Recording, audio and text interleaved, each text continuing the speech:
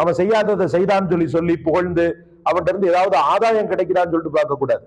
மற்றபடி இருக்கிறதுன்னு சொல்லி சொல்றதுல தப்பு கிடையாது. அது கொஞ்சம் எக்ஸ்ட்ரானரியா போயிடக்கூடாது, அவ்வளவுதான். என்ன சொல்லப்பட்டிருக்குதோ அந்த ஒரு கட்டுப்பாட்டுல தான் நாம மற்றவர்களை என்ன செய்யணும், புகழணும். அந்த கட்டத்தை தாண்டிடக்கூடாது, அவ்வளவுதான். அன்பிற்குரிய அல்லாஹ்வின் நல்லடியார்களே, இதே போல பல பேரை பாராட்டி இருக்கிறாங்க. தன்னுடைய மனைவியை பாராட்டி இருக்கிறாங்க, ஹஜ்ரத் ஆயிஷாவை பாராட்டி இருக்கிறாங்க.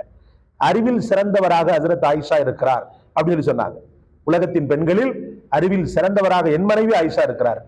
கட்டிய மனைவியை பாராட்டுறமா? என்னைக்காவது ஒரு சாப்பாடை கொடுக்குறா, அந்த சாப்பாட்டுல கொஞ்சம் முன்பின் ஆயிட்டா என்ன கத்துறோம். அதே சாப்பாடு நல்லா இருக்கும்போது என்னைக்காவது பாராட்டி இருக்கிறோமா? அவளை சூப்பரா இருக்குதுப்பான்னு சொல்லி இருக்கிறோமா? ஏன்னா நம்ம கிரீடம் கீழே விழுந்துரும், இந்த ஆம்பளைன்ற கிரீடம் கீழே விழுந்துரும். அதனால பாராட்டி பழகுங்க. பிறரை திறந்த மனதோடு நல்ல வாழ்த்துக்கள் சொல்லி துவா செய்யுங்க. அல்லாஹ் நம் அனைவரையும் தௌஃபீக் செய்வானாக.